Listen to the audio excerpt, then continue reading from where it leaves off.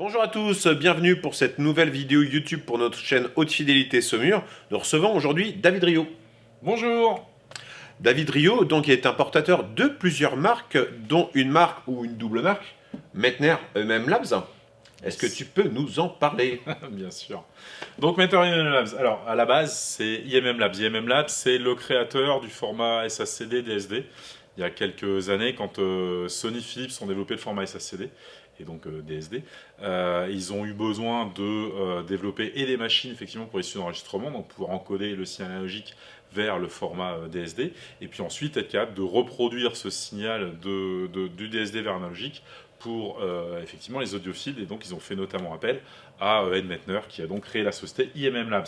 Donc IMM Labs au départ a créé essentiellement des convertisseurs, ensuite quelques lecteurs CD, et puis face à la demande, il a fini par créer une deuxième marque qui s'appelle Meitner, donc on voit aujourd'hui avec le dernier produit qui s'appelle le Meitner MA3, qui est finalement une version plus abordable des produits IMM Labs, c'est-à-dire qu'on retrouve toute la technologie, on retrouve globalement les schémas assez proches, avec des composants de qualité assez proches, mais sous je dirais, un coffret moins luxueux, puisque là on retrouve effectivement une face en aluminium, mais avec après un coffret en tôle plié et puis en aluminium massif, qualité aéronautique, comme ça les produits MM Labs, ce qui permet d'atteindre un tarif aussi beaucoup plus accessible.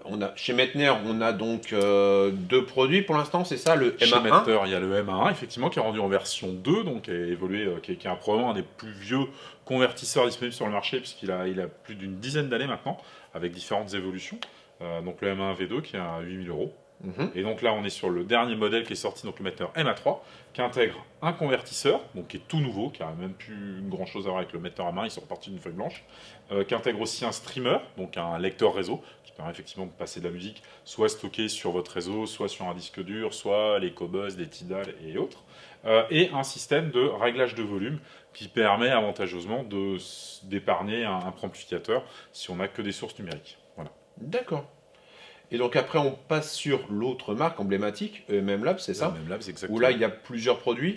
Il y a plusieurs produits. On a qu'est-ce qu'on a chez EMM Labs? Alors on a un convertisseur qui s'appelle le DA2, donc qui fait que convertisseur. On a la même version avec le réglage de volume comme on a sur le Meitner MA3, donc qui s'appelle le DV2. Ensuite, nous avons deux préamplificateurs, le Pré 2 qui est donc un petit préamplificateur, et le Pré qui est la version modèle de référence, que d'ailleurs je vais recevoir prochainement. De nouveau, et puis après nous avons la gamme d'amplificateurs, donc avec des gros blocs mono, les MTRX et MTRX2, donc qui sont des gros bébés qui ne sont pas disponibles pour l'instant sur le marché français. On est sur des grosses pétoires. On est sur des budgets un petit peu plus tout à fait. Élevés. Voilà. La grosse spécialité, c'est leur propre puce, c'est ça? Exactement. Alors, IMM Labs Meitner fait partie des rares fabricants, ils sont, on va dire, 3 dans le monde, qui travaillent non pas sur des puces AKM, Cirrus Logic, etc., comme un grand nombre de fabricants qui se contentent d'assembler ces puces avec des alimentations stabilisées et autres. Là, ils travaillent sur des puces ouvertes, donc sur lesquelles ils vont développer 100% de la programmation qui permet effectivement de décoder les différents flux. Voilà, donc sur le Meitner MA3, on est sur voilà, un système propriétaire, un système de clock pour gérer tout le jitter qui est en fait en liaison aussi bien au niveau de l'alimentation à découpage que de la conversion numérique analogique, du DSP pour tout ce qui est upsampling, etc., gestion des différents formats pour limiter tout ce qui est jitter, on sait qu'il est néfaste à la qualité d'écoute. Voilà. Hop, on va le rallumer. On a même une façade tactile sur celui-ci, chose que vient de découvrir Nicolas, sauf si j'arrive pas à la faire fonctionner. Voilà, si c'est bon. Voilà, parce que nous on sert surtout de la télécommande.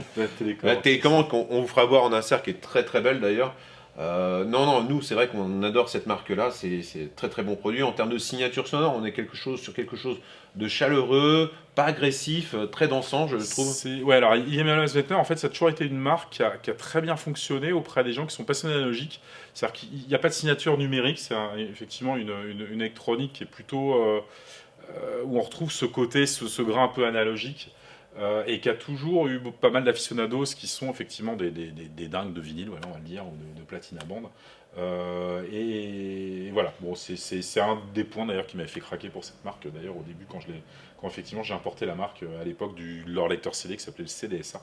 Et c'était effectivement ce rendu très analogique qui était différent de ce qu'on pouvait trouver chez les autres fabricants. Parfait. Merci beaucoup David pour Merci, toutes ces Nicolas. informations. Merci beaucoup. J'espère que cette vidéo vous a plu. N'hésitez pas à mettre des pouces, à commenter et à bientôt. Salut. Ciao, ciao.